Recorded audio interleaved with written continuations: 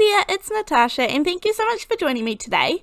I have a fun project today that does not involve too many supplies at all. Certainly no dies, only one little stamp for the sentiment, and you won't need too many other things. I am going to use a ruler and a water brush, and I'm going to use some spiced marmalade, candied apple and mustard seed. Now I actually have the Reinkers of these and I'm going to use these just because they're easier. Now you don't have to use inks at all. If you have some watercolors or some paints that you could use, even watercolor pencils would work really well for this. If you wanted to, you could do a similar technique with blending out markers, like alcohol markers, but just whatever you have in your stash that you are able to use. Now I am using a ruler here to draw some lines in the red ink. This is the Candied Apple ink, and I am lifting the ruler straight up after I draw a line. I do not want to drag it down the page. I don't want to drag any ink downwards, and I'm also going to clean it off regularly every now and then with a dry cloth, just so that I am not transferring any ink anywhere in particular that I don't want it to be. Then eventually I will change colour. There's no rhyme or reason as to when I'm changing colour, and in fact I'll go back and add some more colour up the top as well. I just chose one point to the left hand side of my page, and that is where I'm kind of basing my ruler and moving this slowly around. Now there are kind of dies that make this effect, and stamps and stencils and things like that, but I wanted to just do this without using a whole lot of tools, and I think this created a really cool card. I also want to finish this off and make this a really fun card without using all those tools that are fun to have, like dies and things as well. So if you have them, then that's fantastic, but this is just a way that you are able to create some cards without having too many bits and pieces. I'm coming back in here because Distress Oxide inks are water reactive, so I'm coming back in with the water brush, and then I am slowly going to work that ink out so that it kind of fades off a little bit. Now you can choose how much you want to do this and whether you want to fade it out to white or just a lighter colour. You can choose whether you want to fade them in so that they touch a little bit, or you would like to leave a little gap in between. This does not have to be perfect, it's just a handmade card and I'm not aiming for perfection when I am blending these out. I'm also going back and using a little bit more water and sometimes a little bit more ink to help this process as well. So there's no rhyme or reason as to how you have to do this or whether you use more ink or more water, just whatever works for you. Sometimes you'll find you need a little bit more. Because I kind of drew the lines first and then I'm coming back to them, some of them need a little bit more help to blend out because the ink has dried a little bit more because it's been a while since I originally drew that first line. So as I said, there are lots of different methods and tools that you could use to create this. You certainly don't have to use ink at all. If you are inspired by this video or this card, I would really love to see your versions of this one. So my Facebook page is a great place to come and share those cards. I will leave a link to that down below. Also, my Instagram account is a great place. You can tag me in and share there. So I'll leave those links below. Now this is just a sheet of copy paper that I have folded in half, and I'm going to cut out a heart shape. The reason I fold it in half is that I can make the heart symmetrical, and usually for me I find that that helps the heart look a little bit neater. I'm going to cut out a couple and see which one I kind of end up liking best, and this one here looks pretty good to me. So this is in copy paper, really thin, just kind of nice paper that I don't have to worry about wasting too much. I have some gold glitter paper here, and I'm just going to draw directly around this heart.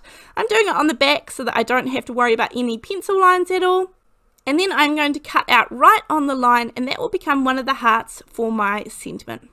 I do apologise for my voice today, team. I have a cold at the moment. My whole family has colds, so we are just trying to battle through. We are all absolutely fine. We just have the normal common colds, so hopefully they will pass soon.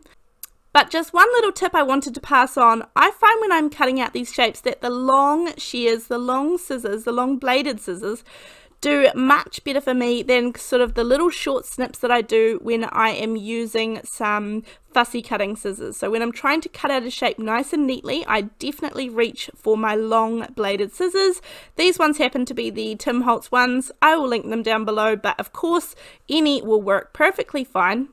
Again, I'm coming back to another piece of scrap paper, and this is the heart that I used at the very beginning to cut out that gold one to the left.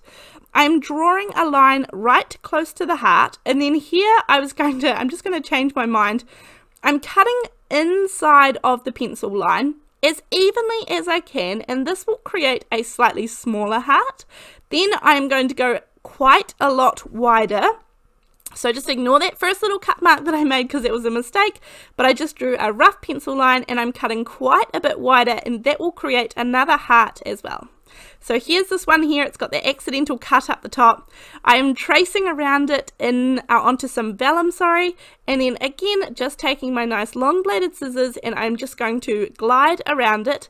I did want to check that it matches up nicely with the gold heart that we cut out first of all. Now if you have dies and all of those things, then go ahead and use them. This is just in case you don't have them, and in fact I was looking through my stash and kind of inspired by this because I have very few heart dies, and the ones that I do have do not layer up nicely at all. So here I'm taking again that first heart die that you saw matched up to the gold one, and I am drawing it onto a piece of plain white cardstock, and then I'm just cutting slightly inside of the lines to create a smaller heart. I actually thought I did have some heart dies, but I cannot find them anywhere, so perhaps I was dreaming it up. I often go back and forth to check and kind of place my little hearts down on top of each other to check that they are lining up nicely, and anywhere I might need to do a little bit of extra trimming. So don't forget that I have to do that part too. It's just that not all of it makes it onto film. So now I'm using the Lily Collection stamp set, and this one says "With Love," which is appropriate for the hearts that I picked. I'm stamping this down onto some VersaFine Onyx black ink, and then I'm going to layer up some of these hearts together. And you could do as many or as few layers as you want. You could skip the gold glitter layer as well. But I just think it adds a little bit of kind of glittery sparkle, which is really nice behind that white sentiment there. I'm using some matte medium. This is the Reinker multi-medium in the matte finish, and that is what is inside my glue bottles. Then I am using a little bit of foam tape to pop up that heart. Again, for a really nice simple card, it just gives it that extra little bit of lift, and that is going to go right on top of my vellum heart. Now, I think I forgot to mention at the beginning that I did this onto some Tim Holtz watercolor paper, and the paper is started off being 4 1/4 by 5 1/2 inches, so I'm cutting it down just a little bit, and even the scraps off the edge there look really pretty, so that could be inspiration for another card. I'm using my same little trick of having the 4 little tabs coming off the sides of each side of my panel, and then a little bit stuck in the middle, and that will help me line this up perfectly onto a 4 1/4 by 5 1/2 inch card base. Then I'm just going to pop my sentiment down nice and flat because it already has that layer of foam tape, and I'm going to go straight on top here. I'm going to line it up, so I just need to cut off a little bit of vellum up the side. And then, as with all cards, I say that it's really important to think about some of those little finishing touches. So I'm just going to have a quick look through here and see some gems. It's not important that you have every colour of gem at all. Often I will suggest that you get some iridescent or some clear, glassy looking, see-through looking, transparent looking, and then that way they can pick up some of the colour from behind whatever project you are working on, and that way you don't have to have every single colour of gem because they also take up space to store, and that way you can just have a couple of different ones and they work for lots of different projects. So it often takes me a minute, and I sometimes don't show it on camera, but I readjust and I play around with where I would like to put my gems. I have a few bigger ones and a few smaller ones, and that will finish off my project for today. I hope you enjoyed, and I look forward to seeing you in the next video. Thanks, bye!